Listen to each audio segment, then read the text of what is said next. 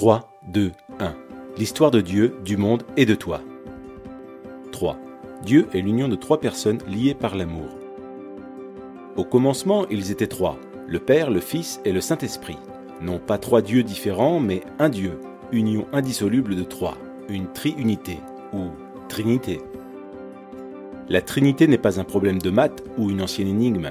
C'est la bonne nouvelle que Dieu est amour. Depuis toujours, le Père a aimé son Fils dans l'unité de l'Esprit. Comment pouvons-nous nous représenter cela ?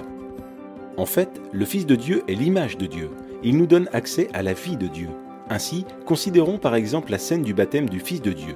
Nous y voyons le Saint-Esprit descendre sur lui, tandis que le Père déclare « Tu es mon enfant bien-aimé, tu fais toute ma joie ». Cette scène est un aperçu de la vie éternelle de Dieu. Le Père a toujours aimé son Fils avec la joie du Saint-Esprit. Mais cet amour était trop beau pour qu'il le garde pour eux. Le Dieu d'amour souhaitait le partager. Ainsi le Père a fait un monde au travers de son Fils et par son Saint-Esprit, car il veut que des milliards d'enfants rejoignent sa famille. Toi et moi avons été créés pour entendre cette déclaration. Tu es mon enfant bien-aimé, tu fais toute ma joie. Le sens de la vie, c'est de trouver notre place avec eux. 2. L'histoire du monde est l'histoire de deux hommes. Dieu a placé un homme, Adam, à la tête de l'humanité pour qu'il la bénisse et prenne soin d'elle. Mais Adam se détourna de Dieu, se replia sur lui-même et plongea le monde dans la mort et la malédiction. L'humanité fut déchue de la grâce. Maintenant, nous partageons tous cette humanité brisée et nous ressentons les effets de sa malédiction. La race humaine est comme un sapin de Noël qui a été abattu et arraché de sa terre naturelle. On peut se déguiser avec des décorations fantaisistes, on peut effectuer toutes sortes de bonnes actions. Mais nous périssons. Nous n'avons aucune vie spirituelle en nous et nous nous dirigeons vers notre perte. La race d'Adam est sous la condamnation de Dieu. Dieu a prononcé un non définitif à ce mode de vie parce qu'il veut quelque chose de très différent pour nous. Il veut que nous trouvions tous la vraie vie dans un second Adam, Jésus-Christ. Le Fils est venu sur terre en devenant un simple homme et fut nommé Jésus. Il est entré dans notre monde brisé et a pris en charge notre cause perdue. Comme un champion qui gagne la course pour nous, Jésus prit place dans nos chaussures et vécut la vie parfaite que nous ne pourrions jamais vivre. Puis, sur la croix, il mourut d'une mort maudite, mort qui devait être la nôtre. Mais en faisant cela, il prit la nature maudite d'Adam et l'anéantit. En effet, 3 jours plus tard, il revint à la vie, avec une vie vraiment nouvelle, là où il n'y a ni mort ni malédiction. Il nous invite maintenant à entrer dans sa vie et dans sa famille. 1. Tu fais un avec Adam. Feras-tu un avec Jésus ? Par notre naissance, nous faisons un avec Adam. On dit bien tel père, tel fils. C'est pourquoi nous partageons aussi sa nature égoïste, sa mort et sa malédiction. Unis à Adam, nous n'avons pas de vie en nous-mêmes et aucun espoir pour l'avenir. Mais Jésus vient pour offrir une incroyable union avec lui. Telle une branche de sapin de Noël, nous pouvons être coupés de l'arbre Adam et greffés à l'arbre Jésus-Christ. Pensez aussi à une autre image d'union. Nous pouvons faire un avec Jésus comme dans un mariage. Imaginez un mariage entre un prince et une mendiante. Elle est sale et pauvre, avec un nom honteux et un avenir sans espérance. Pourtant, le prince l'aime et s'offre à elle dans le mariage. Dès qu'ils sont unis, que se passe-t-il ? Le prince prend toutes les dettes de son épouse et elle reçoit toutes les richesses de son prince. Il couvre son nom honteux et lui donne son nom. Elle est invitée dans sa vie, sa famille et son héritage. Grâce à son prince, elle peut appeler le roi papa. Et tout cela grâce à leur union conjugale. C'est exactement la même chose avec Jésus. Si nous le recevons, tout ce qui est nôtre, notre péché, notre malédiction deviennent siens. Il paie le prix de tout cela sur la croix. Et tout ce qui est sien, sa justice, son héritage, deviennent nôtres. Si nous faisons un avec Jésus, dès maintenant nous sommes adoptés dans la famille. Son esprit devient notre esprit, son Père devient notre Père. Nous appartenons à ses frères et sœurs dans l'Église, nous prions le même Père et l'entendons exprimer son amour pour nous par ses paroles. Tu es mon enfant bien-aimé, tu fais toute ma joie. Ce sont nos privilèges maintenant. Et quand Jésus reviendra, nous participerons aussi à sa vie physique et immortelle. Il ramènera nos corps à la vie et créera un monde nouveau, juste et droit. Ce jour-là, Dieu jugera le monde, confirmant à jamais son non à Adam et son oui à Jésus-Christ. Tu fais un avec Adam, mais il n'y a aucun avenir dans cette vie-là. Cependant, les bras tendus vers toi, Jésus te lance une invitation. Il s'offre à toi, te donne sa vie même, sa famille et son avenir. Il est à toi si tu veux l'inviter dans ta vie. Fais un avec Jésus. Les trois t'invitent dans leur cercle d'amour. Les deux déterminent le monde. Veux-tu faire un avec le Fils de Dieu ?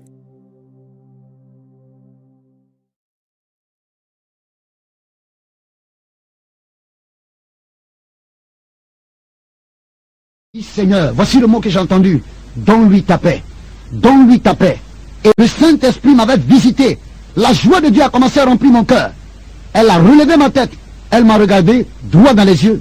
Elle m'a dit, Youssouf, sur le plan spirituel, cette fille te représente. Et sur le plan spirituel toujours, cette femme représente Jésus-Christ de Nazareth. C'est à cause de toi que Christ est mort. C'est à cause de toi que Jésus-Christ a accepté de se sacrifier sur la croix du calvaire. Tout simplement, si tu veux l'accepter, la gloire de Dieu va te visiter. Si tu veux l'accepter, Dieu va te donner la vie éternelle. Si tu veux l'accepter, le reconnaître comme ton Seigneur et ton sauveur personnel, tu seras sauvé. Le paradis dont tout le monde parle, Jésus tient cela entre ses mains. Bien-aimé, je me suis senti abattu dans mon fort intérieur. J'ai commencé à trembloter. Cette sœur m'a tenu main dans la main. J'ai ouvert la bouche, je lui ai dit, je suis prêt à accepter Jésus-Christ de Nazareth. Elle a prié pour moi. Elle m'a amené à confesser mes péchés, à demander pardon au Seigneur, que je ne savais pas. J'étais dans une attitude d'ignorance. Elle a prié pour moi, jusqu'à ce que je puisse être rempli de joie. Et dès ce jour, j'ai compris véritablement parlant, que ce Jésus dont tout le monde parle, existe vraiment. Et après cela, je vais sortir avec la sœur. Je vais lui dire, merci. Elle m'a dit, ne me dis pas merci, mais remercie le Seigneur et dis gloire au Seigneur Jésus-Christ. J'ai dit gloire au Seigneur Jésus-Christ. Elle m'a posé la question de savoir, que vas-tu faire maintenant? Je lui ai dit, effectivement, par la grâce de Dieu, mon père m'a expédié au niveau de l'Égypte afin d'aller poursuivre mes études coraniques. Mais quand je suis arrivé, voici ce que le Seigneur va faire. Dieu va t'utiliser avec le prospectus que tu m'as donné, que j'ai lu, et voici maintenant que ma vie est transformée. Et franchement, j'ai compris que Jésus-Christ est vrai. Parce que actuellement où je te parle, je sens sa paix, sa joie dans mon cœur. Elle a commencé à sourire. Et je lui ai dit, bon, tiens-toi bien, parce que le lendemain, il va falloir maintenant rentrer au niveau de Ferké, dans le but de pouvoir trouver mon père et ma mère et leur tenir informés. Ce qui fut fait.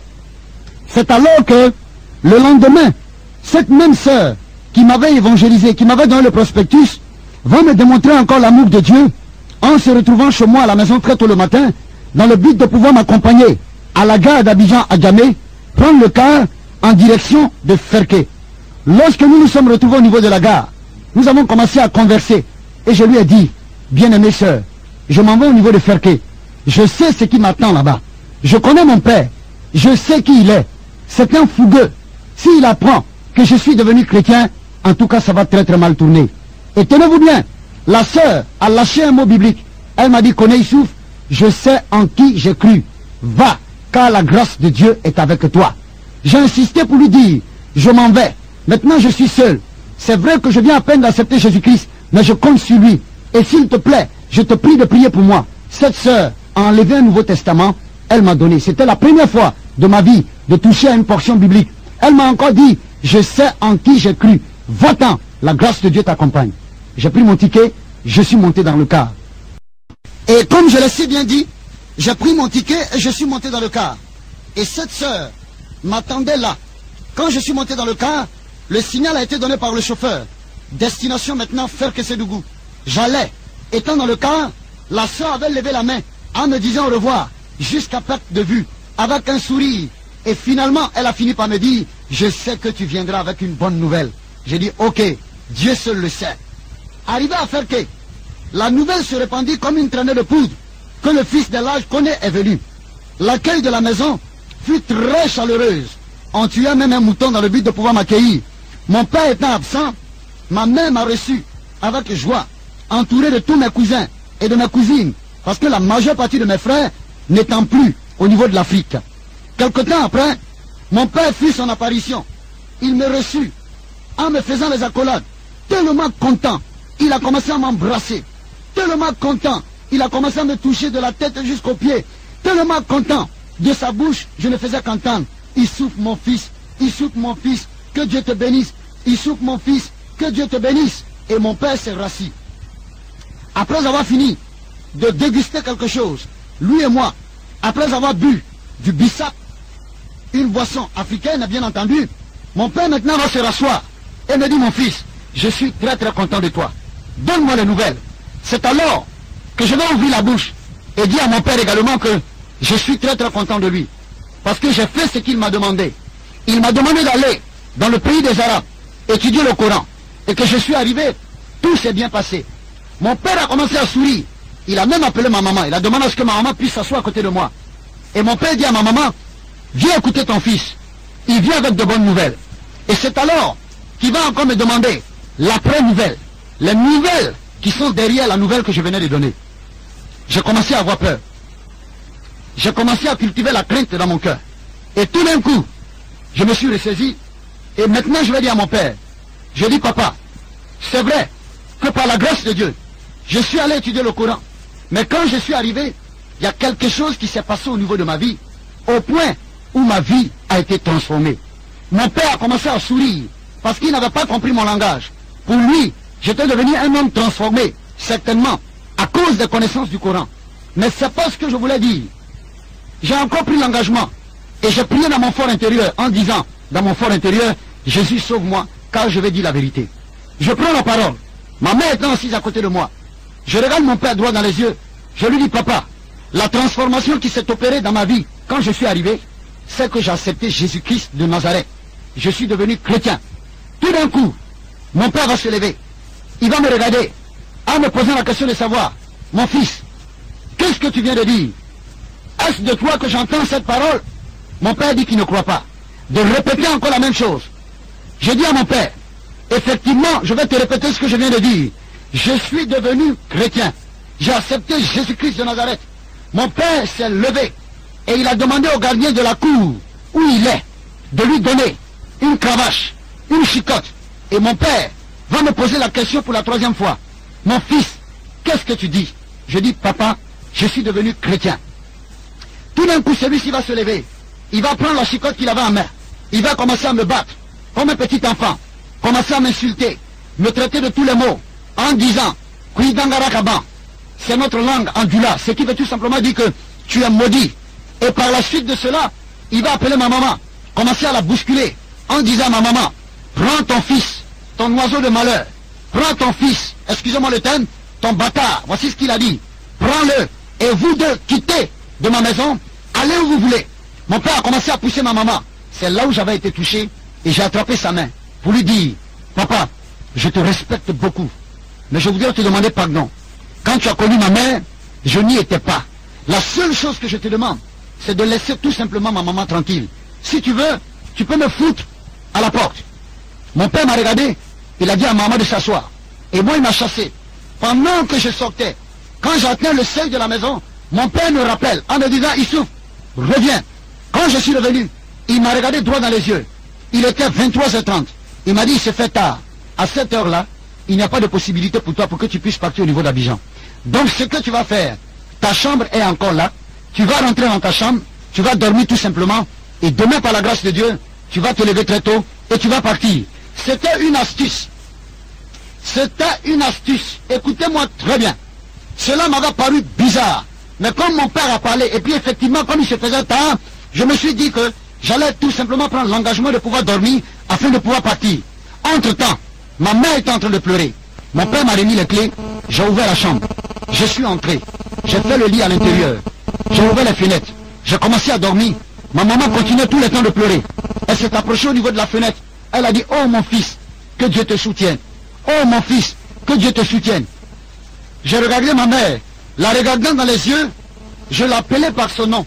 Et je lui ai dit, Awa, s'il te plaît, va rejoindre ton mari parce que tu ne sais pas ce qui se passe en ce moment.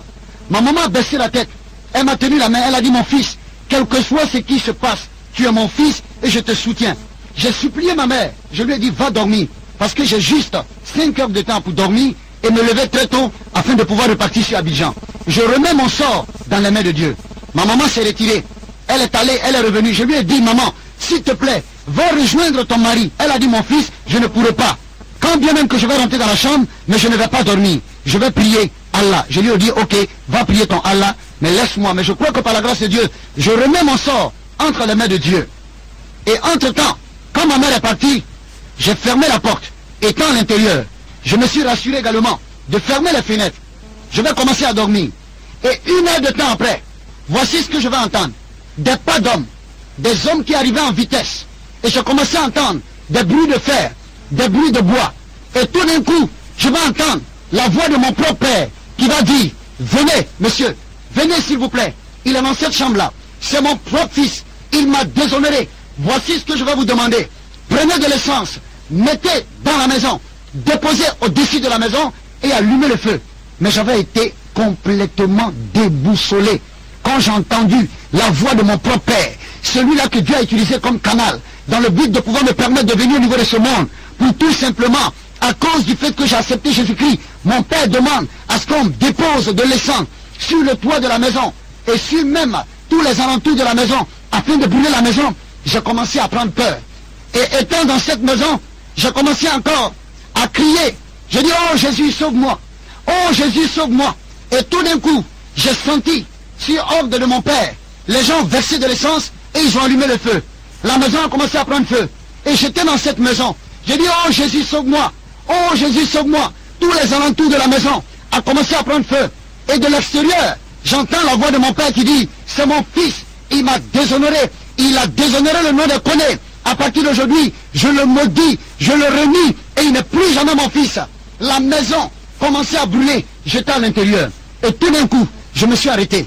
J'ai levé la tête vers la toiture de la maison. Et j'ai dit, mais Seigneur Jésus-Christ, ton affaire est compliquée. Il y a tout simplement 4 jours que je viens de t'accepter. Mais regarde la situation que je vis. Et bizarrement, en commençant à élever la voix, en accusant Jésus, en disant, Jésus, c'est à cause de toi que je suis dans cette situation. C'est à cause de toi, je suis dans cette maison qui est en train de prendre feu. C'est comme si je voyais le prospectus que la sœur qui m'avait évangélisé m'avait donné. Cette petite fille qui avait été abandonnée dans sa maison par sa propre mère. La maison, effectivement, commençait à prendre feu. Étant à l'intérieur, j'ai tenté d'ouvrir la chambre, la porte de la chambre, puisque ayant les clés, j'ai réalisé que la porte avait été condamnée par l'extérieur. Je me suis rabattu vers les fenêtres, tentant effectivement d'ouvrir les fenêtres. Je me suis effectivement rendu compte aussi que mon père avait ordonné qu'on condamne la fenêtre de par l'intérieur. Croyez-moi s'il vous plaît, j'étais dans cette maison qui continuait de brûler. Et tout d'un coup, j'ai levé une fois de plus la tête et j'ai rabaissé la tête. J'ai commencé à me paniquer. J'allais à gauche, je revenais à droite. J'allais à gauche, je revenais à droite. Et j'entends une voix maintenant qui me dit, mets la main dans la poche, mets la main dans la poche. Je me retourne, je regarde derrière moi, je ne vois personne. Je ne fais que voir les flammes. J'entends encore la main qui me dit, mets la main dans la poche, mets la main dans la poche. Je retourne pour regarder derrière moi, je ne vois pas. Et tout d'un coup, je soulève ma main droite, je l'introduis dans ma poche, je touche un Nouveau Testament. Je fais sortir le Nouveau Testament, c'était le Nouveau Testament que la sœur m'avait donné. Et quand j'ai ouvert, je suis tombé sur le verset de ma vie que je n'oublierai jamais. Dans Romains 8, à partir du verset 37, qui dit que nous sommes plus que vainqueurs par Jésus qui m'a aimé. J'ai refermé le Nouveau Testament et j'ai remis cela dans ma poche. J'ai encore élevé la tête. J'ai dit, Jésus, c'est vrai que je viens de lire un beau passage, mais actuellement je suis là. Ça chauffe sur moi. La maison est en train de prendre feu. Je t'en supplie de me sortir de là. C'était très mal connaître Jésus-Christ de Nazareth. Quand on est dans des problèmes, quand on est en danger et qu'on invoque le Seigneur, d'ailleurs il dit dans sa parole, quiconque invoquera le nom du Seigneur sera sauvé. Malgré tout cela, j'ai encore commencé à trébucher. Et tout d'un coup, je me suis mis à aller encore à gauche et revenant à droite. Aller à gauche et revenant à droite. Je ne faisais que faire ça. Et au 7e tour, je vais maintenant entendre la voix qui va me dire clair dans mon esprit. Il souffre. Je suis l'Éternel, ton Dieu. J'envoie l'ange de l'Éternel te délivrer, sors et puis va-t'en. Je me suis rabattu vers la porte. Quand j'ai touché le portail, la porte s'est ouverte. Et aussitôt, j'ai pris la fuite en direction de la gare de Ferquet. J'arrive là-bas, étant dans la panique, je prends mon ticket. Je viens, je m'assois. Je demande au chauffeur, il faut combien de personnes pour que le car soit plein? Il me dit, malheureusement, il reste encore 23 personnes. J'ai commencé encore à paniquer. J'ai dit, mais au niveau de la gare, je vais encore attendre ici, alors que je connais mon père. Et je lève la tête. Je vois de l'autre côté, en direction du marché, je vois mon père qui contourne avec les gens derrière lui, en disant, Il aurait appris que je suis passé par là. Suivez-le, suivez-le. Quand j'ai regardé en direction du marché et que je l'ai vu, j'ai baissé la tête dans le car. Je me suis retourné de l'autre côté du car, derrière, et je vois maintenant ma maman qui arrivait avec un sac. Quand elle m'a vu, elle m'a fait signe de loin. Et moi aussi j'ai répondu. Elle m'a dit de descendre. Et de l'autre côté, entre-temps, mon père avec son groupe était passé derrière une mosquée. Maman est descendue. Elle m'a appelé. Quand je suis allé la voir, j'ai regardé dans ses yeux. J'ai voulu parler, elle m'a dit, non mon fils, ne parle pas. Ma mère m'a dit, mon fils, je suis ta mère. C'est moi qui t'ai supporté par la grâce de Dieu. 9 mois, tu es sorti de mes entrailles. Et elle va terminer pour me dire, je ne sais pas ce que tu as vu en Jésus-Christ de Nazareth, mais moi qui suis ta mère, je te donne l'autorisation, va servir ton Jésus-Christ. Et c'est de là, quand j'ai entendu cette parole, au lieu d'aller monter dans le car, je n'ai rien compris. Il y a un monsieur qui est venu avec une voiture. Il a garé juste à côté de moi. Il m'a dit, monsieur, vous allez sur Abidjan? Je réponds automatiquement, oui, je vais sur Abidjan. Il m'a dit, montez, qu'il va me descendre. Je suis monté dans le car, dans la voiture du monsieur plutôt. Et le monsieur m'a pris. Il m'a envoyé en direction d'Abidjan. Il m'a descendu jusqu'à dans le quartier où j'habitais. Le temps de me retourner, pour dire merci à ce monsieur, je ne l'ai plus revu jusqu'aujourd'hui. Et quand on est dans la cour familiale, mon père encore téléphone à mes oncles, à mes tantes, pour dire, au cas où j'arrivais là-bas, de ne pas m'accepter, de me chasser de la maison. Après investigation, je suis allé découvrir chez la sœur qui m'avait évangélisé. Quand je suis arrivé, elle m'a vu étant tout paniqué. Elle m'a dit, qu'est-ce qui se passe? Je lui ai dit, non, c'est pas le moment de demander qu'est-ce qui se passe. Donne-moi à m'asseoir. Je me suis assis, elle m'a donné un verre d'eau. Quand je lui ai expliqué toute la situation, elle a levé tout simplement la main au ciel. Elle m'a dit, Seigneur Jésus-Christ, je bénis ton nom de ce que tu as ramené ton fils.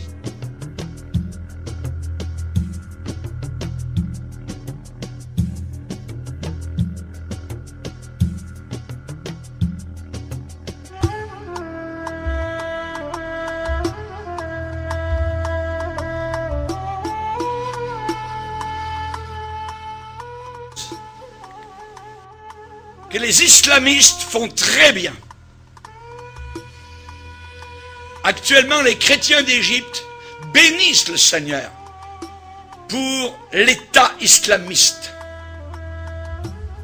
C'est parce que l'État islamiste actuellement est en train de montrer vraiment ce qu'est véritablement l'islam.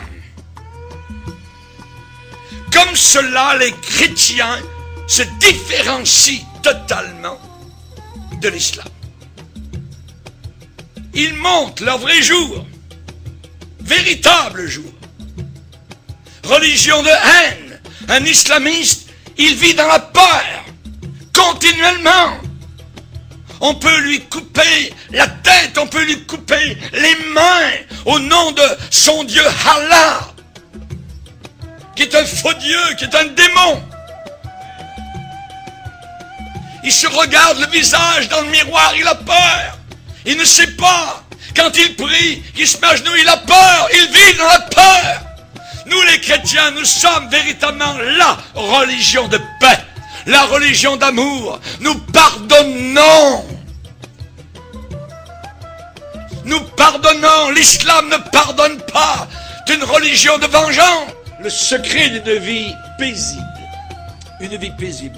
Nous les chrétiens, nous ne sommes pas des contentieux, nous ne sommes pas des gens de guerre, des gens de troubles. Nous sommes des gens de paix. Nous ne tuons personne. Voyez, nous ne prenons pas les armes. Nous ne sommes pas armés de couteaux pour tuer au nom de notre Dieu. Voyez, nous ne mettons pas des ceintures d'explosifs autour de nous pour faire du mal, voyez, et pour qu'ensuite, si nous mourons dans l'explosion, nos parents, évidemment, se réjouissent de notre mort, parce que maintenant, nous sommes avec des vierges dans des ébats sexuels éternels, là-haut, dans ce paradis de fous, voyez. Non, nous ne sommes pas du tout de cette race-là. Nous avons, nous, le secret d'une vie paisible, l'éternel. Pas Allah, l'éternel. Le nom de Dieu, c'est l'éternel. Ce n'est pas Allah. L'éternel est mon berger. Je ne manquerai de rien. Dans les locaux de ce journal, Charlie, eh bien, il y avait un homme du gouvernement français qui déclarait en disant, eh bien, ces gens-là tuent.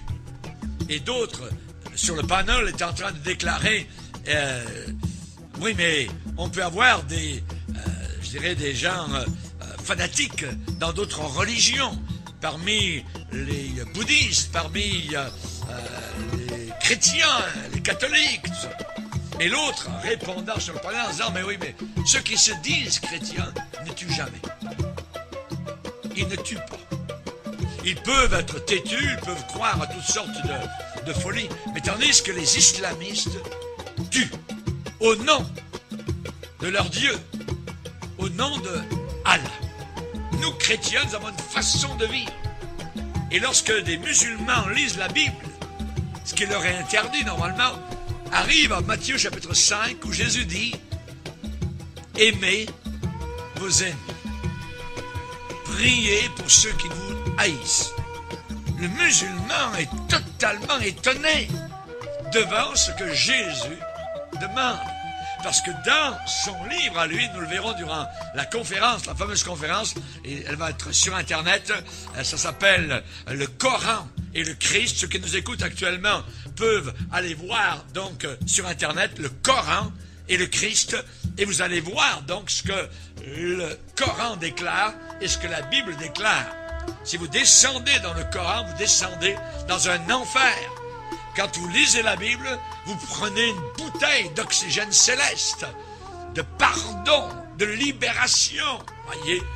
Alors que l'intégrisme islamiste, eh bien, assujettit des peuples entiers sous la férule des démons et de Satan.